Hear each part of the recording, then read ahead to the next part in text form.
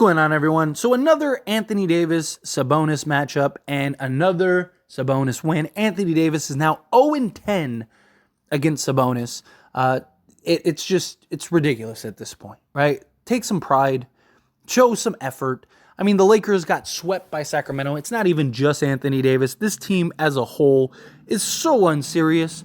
You got to start riding the ship here. Now, look, it's not over, but the Lakers just keep making things harder and harder on themselves. The Lakers right now are still the 9th seed. They are now 3 games back of Sacramento and Phoenix for the 6th and 7th seed, 4 games back of the Pelicans for the 5th seed. Here's the problem. They are essentially 4 games back of Sacramento because Sacramento swept them, and the Lakers, if they finish with the same record, guess what? Sacramento leapfrogs them. So, yes, they're 3 games back, but that's to finish with the same record. They need to win 4 more games in Sacramento. Lakers luckily have the tiebreaker over the Suns, so if they finish the same as the Phoenix Suns, well, then the Lakers will leapfrog them.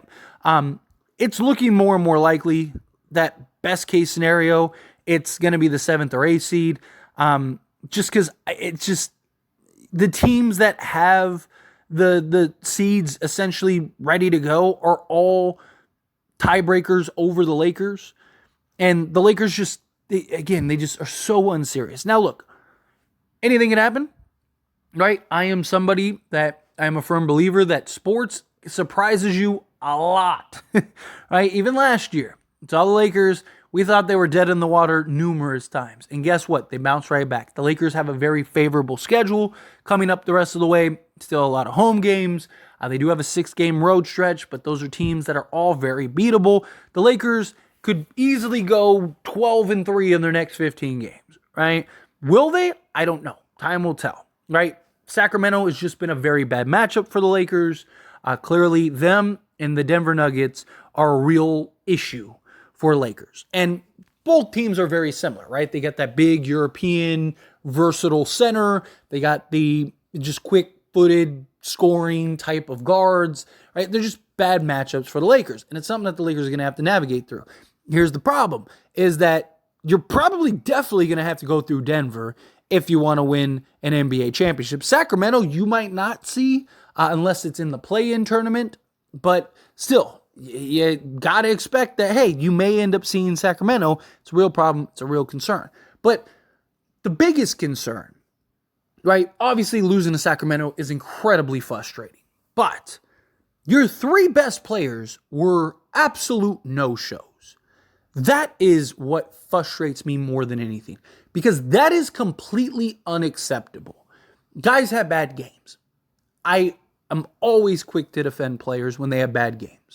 Right? Now, to me, it's about the consistency, right? Like, I've been critical on Reaves, who was fantastic in that Sacramento game. I've been critical on Reaves numerous times this season, but it's because he's been inconsistent a lot this season, right? He's been a lot more consistent lately, which is good. Hopefully that's a good trend going forward and he can gain some momentum going into the playoffs. Same thing with Rui Hachimura.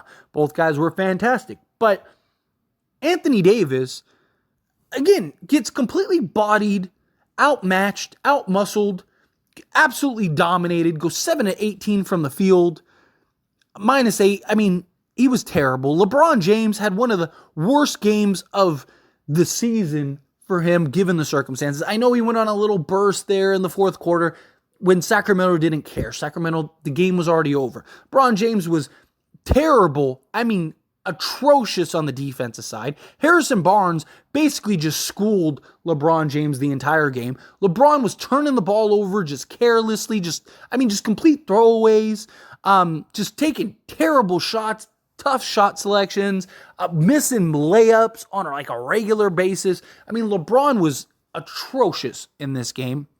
D'Angelo Russell. Like, look, I have been huge on D'Lo. I have been a big supporter and defender of D'Lo. This game was not defendable. D'Angelo Russell was a no-show. 6 points. I like the 6 assists. Don't get me wrong. He had 2 turnovers, 3-to-1 assist-turnover ratio. Okay, that's good. But 2 of 9 from the field, 1 of 4 from 3. Just getting absolutely abused by Ellis. Ellis just completely causing all kinds of trouble for him. Right? D'Lo just couldn't buy a bucket. And this is coming off of all the talk. You have that big Dave McMillan interview and article that comes out, and it's like you talk all that talk in that interview, and then you come out and you lay this dud.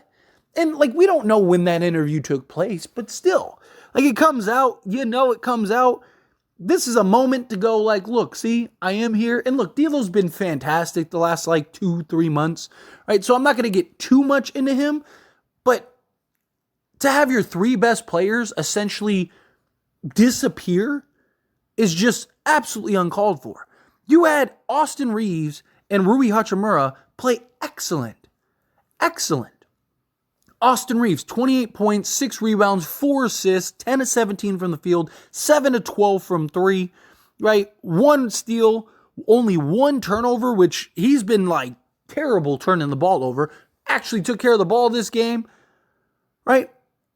Rui Hachimura, 20 points, 3 rebounds, 1 assist, 9 of 11 from the field, 2 of 3 from 3, only 2 turnovers, right? You should have given Rui 20 field goal attempts. Probably would have given you 40 the way he was playing and shooting. And he's been a real problem for Sacramento. In a game in which Rui and Reaves combined for 48 points, 9 rebounds, and 5 assists, that's a game that you're supposed to blow the other team out.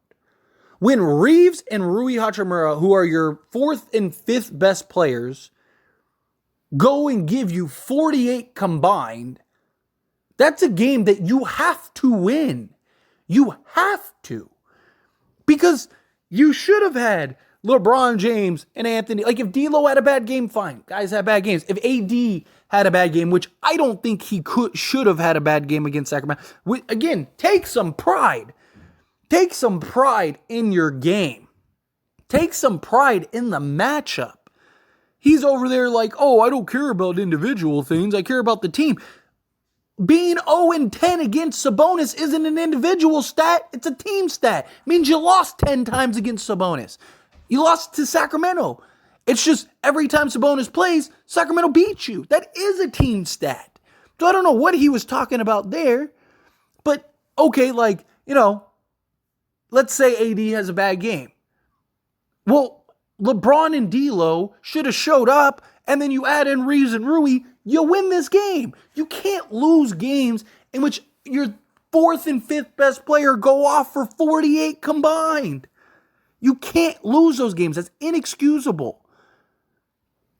Your 3 best players were no-shows no-shows in arguably the biggest game of the season thus far, given the circumstances.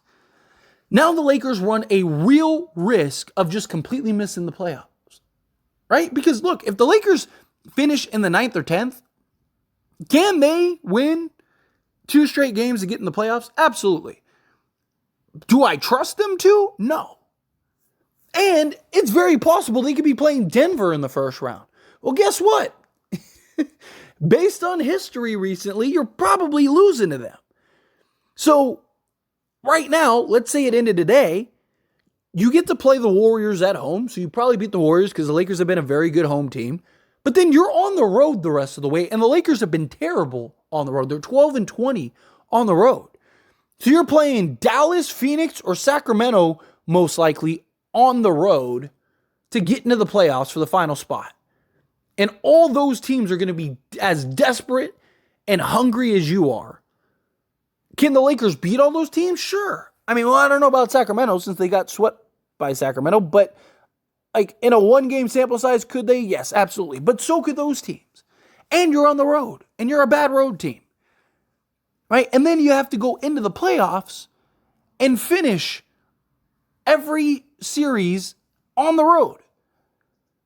And yes, the Lakers were able to do that last season, but that was last season. Can they do it this season? Right? Like, look at what happened last season. Every round they were able to win on the road, they made it out. You have to win on the road if you want to win a championship, right? Denver won on the road in every series. And you know what happened? The Lakers ran into Denver. They weren't able to win on the road, and they got swept. And the Nuggets were. Nuggets were able to win on the road twice. You got to be able to win on the road. And so not only do we have to trust that the Lakers can buckle down and win 2 straight games, and now you have to worry about the Lakers' big 3 just completely disappearing. And to me, it's more inexcusable LeBron James and Anthony Davis. Right? D'Angelo Russell, he's not a superstar. Right? As great as D'Lo has been this year, he's going to have bad games. The reason he's not a max player, the reason he has a lot of questions and has been in trade rumors and all that stuff is because he's not a superstar. So he's going to have bad games. He's going to have games like this. It comes with it, right? But LeBron James and Anthony Davis, your leaders, your superstars, the guys that are accounting for like 60% of your cap, the guys that you're supposed to lean on, they can't have that in this game. You want to do that against, Philadelphia or something? Fine. I mean, I don't want them to do that, period. Lakers can't afford to lose many games. But, it's not all losses are treated equally because you're fighting for seeding, right? So, you lose to Milwaukee. It doesn't have the same impact as losing to Sacramento. So this was a game in which both your superstars desperately needed to show up, and neither one of them did. Neither one of them did. Both got outplayed. And the sad thing is Malik Monk only played like half the game, and he wasn't very good, and neither was De'Aaron Fox. You know who was? LeBron James's man. Harrison Barnes. Keegan Murray. The guys were targeting and torturing LeBron James all game. And I understand LeBron James is 39 in year 21. But it wasn't even just like he couldn't stay in front. He didn't even try. There were literal, multiple sequences in each quarter where Harrison Barnes was just left wide open and LeBron James didn't even contest. Didn't even try to go and challenge it. Just sat there and just said, and boom, splash, made it. Boom, splash, made it. Come on, man. These are supposed to be 2 top 10 players, and they're so unserious. Now, if our superstars don't care, why should anyone else?